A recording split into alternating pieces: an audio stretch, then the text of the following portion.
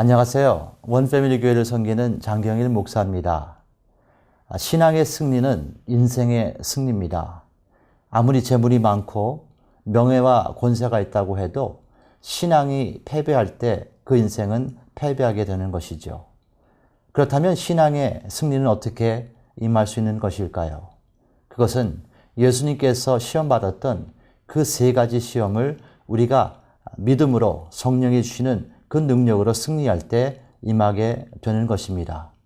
오늘은 그 첫 번째로 빵의 시험이라는 제목으로 은혜를 나누기 원합니다.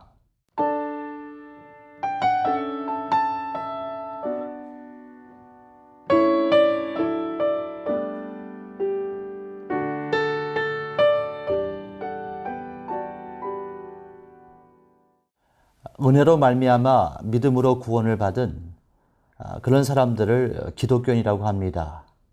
여러분과 제가 기독교인으로서 매일매일 시험을 통과하지요. 성경은 그것을 시험이라고도 하고 또 유혹이라고도 말합니다.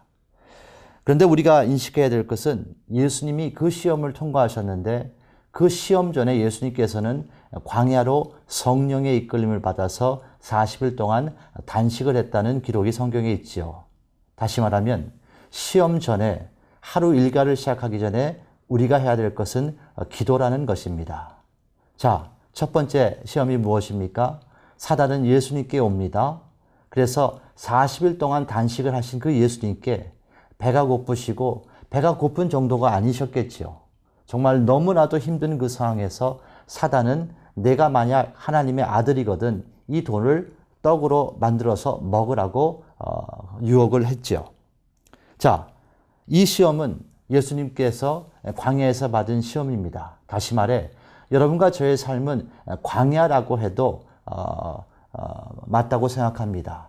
이 광야에서는 신앙의 시험이 있고 또 교훈이 있고 또 훈련을 하시는 거예요. 하나님께서 우리를 세상에 보내셔서 빛과 소금으로 쓰임받게 하시는 그 이유가 그 장소가 광야입니다. 즉 광야는 여러분과 저의 삶을 말씀하는 것입니다. 아브라함도 광야로 보내졌고 모세도 광야로 보내졌고 심지어 예수님까지도 광야로 보내셔서 시험이 있었다는 것입니다. 자, 첫 번째 시험 다시 한번 말씀드리면 사단이 와서 내가 하나님의 아들이거든 이 돌을 떡덩이가 되게 하라고 유혹합니다. 빵에 대한 시험이라는 것입니다. 쉽게 이야기하면 이런 것 같아요. 교회 헌신하면 돈 생기니? 지금 부지런히 일을 해야 아이들 서포트하고 또한 노후 대책도 있는 것이 아니니?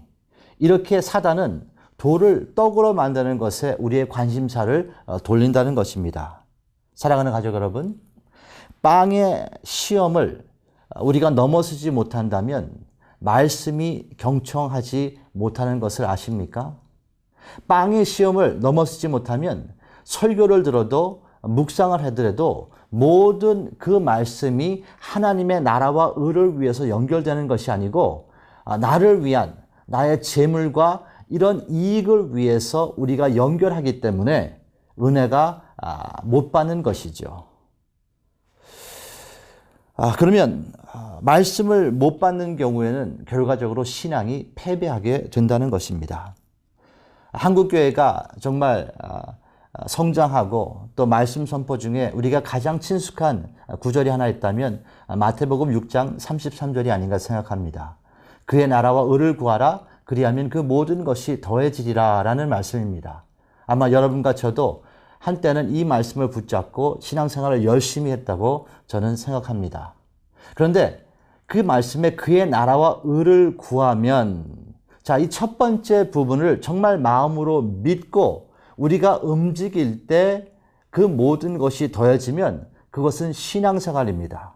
그런데 첫 번째 그 섹션보다도 그 후절에 있는 말씀, 그 모든 것이 더해지리라 이 말씀을 내가 잡고 그의 나라와 의를 구한다면 그것은 신앙생활이 아니고 하나님과 거래한다는 거예요. 하나님, 내가 이렇게 했으니까 이것을 줘야 되는 거 아닙니까? 이것은 신앙이 아니라는 것입니다. 하나님의 나라와 먼저 의를 구할 때 그 결과가 따라오는 것이 그 모든 것이 더해지는 것이에요.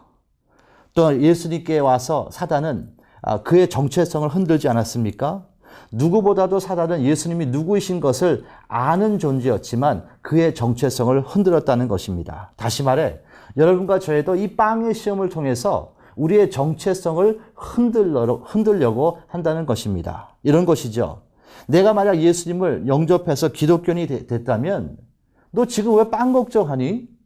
하나님이 다 해주실 수 있다며. 하나님께서 모든 것을 채워주시는 분인데 너는 지금 왜 이 빵 때문에 어려움을 겪고 있는 것이니? 이렇게 사단은 우리에게 다가와서 우리가 기독교인인 것을 흔들어 놓는다는 거예요. 그러면서 이런 생각이 들 수 있죠. 내가 정말 구원을 받았나?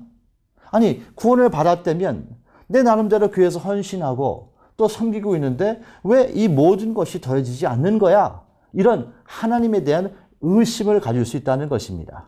다시 말해 사단의 전략은 우리의 정체성을 흔들어서 구원까지도 흔들기를 원했다는 것입니다.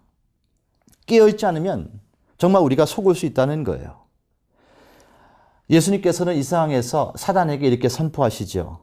사람이 떡으로만 살 것이 아니요 하나님의 입에서 나오는 모든 말씀으로 살아야 된다고 선포하십니다. 이 말씀은 신명기 8장 3절의 말씀을 인용해서 사단에게 선포하신 것이죠. 여러분과 제가 기독교의 정체성이 확실하다면 우리는 이렇게 대답해야 됩니다. 맞아. 우리는 빵도 중요하지만 빵이 필요 없다는 것이 아니지만 하나님의 말씀, 하나님의 입에서 나오는 그 말씀이 우선이고 그 말씀을 먹고 살아야 되는 존재라는 그 믿음으로 이 빵의 시험을 넘어서야 되는 것입니다. 그 말씀이신 분이 누구십니까? 그 말씀이신 분이 예수님이에요. 그분이 생명의 떡이라고 성경은 말씀하십니다. 요한복음 6장 35절에 이렇게 말씀하시죠. 예수께서 가라사대 내가 곧 생명의 떡이요 내게 오는 자는 결코 줄이지 아니할 터이요 나를 믿는 자는 영원히 목마르지 아니하신다고 말씀하셨습니다. 또 요한복음 1장 14절은 이렇게 우리에게 말씀하시죠. 말씀이 육신이 돼서 우리 가운데 거하시는 분이 예수님이라고 말씀하세요. 요한은 그 말씀이신 분이 예수님이라는 것을 그의 공생애의 삶을 통해서 경험을 했다는 것입니다. 사랑하는 가족 여러분, 지금 이 말씀을 듣고 계시는 여러분께 저는 질문하기 원합니다. 오늘 아침에 큐티로 시작하셨습니까? 오늘 아침 기도로 시작하셨습니까? 왜냐하면 오늘 삶 가운데서 분명히 사단은 여러분과 저에게 다가와서 빵의 시험을 오늘도 던질 것입니다. 내일도 던질 것이에요. 한 달 후에도 던지고 어쩌면 우리의 평생 동안 이 씨름을 해야 될지도 모릅니다. 그때 여러분은 어떻게 승리하시겠습니까? 말씀을 붙잡으시기를 축원합니다. 사람이 떡으로만 살 것이 아니요 하나님의 입에서 나오는 모든 말씀, 그 말씀을 붙잡고 떡의 시험을 이기며 마음의 평강으로서 오늘 하루도 승리하시는 우리 모두가 되시기를 예수님의 이름으로 축원합니다.